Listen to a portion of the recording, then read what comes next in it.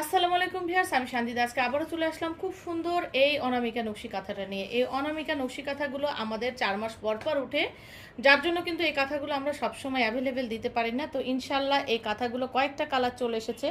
এখন যেটা দেখাচ্ছে সেটা হচ্ছে খুব সুন্দর একটা ইয়েলো কালারের মধ্যে। আমি কাজের ফিনিশিং দেখিয়ে দিচ্ছি। মাশাল্লাহ দেখেন, এত ঘন করে কিন্তু আমাদের এই কাজগুলো করা হয়েছে, কি বলবো, মাশাল্লাহ, শুধু মাশাল্লাহ ছাড়া কিছু বলার নেই।